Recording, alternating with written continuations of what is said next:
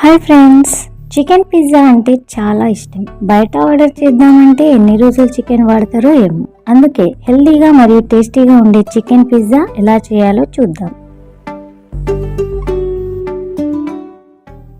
ముందుగా చికెన్ పీసెస్ని ఇలా సన్నగా కట్ చేసుకొని కొంచెం ఉప్పు, కారం, కొత్తిమీర వేసి ఫ్రై చేయాలి.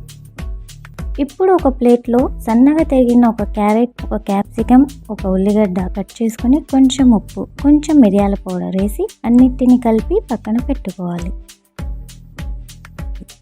ఫ్రెష్ రౌండ్ బ్రెడ్ని తీసుకొని దాని చుట్టూ ఉన్న లేయర్స్ని తీసి ఇలా రెండుగా విడదీసుకోవాలి.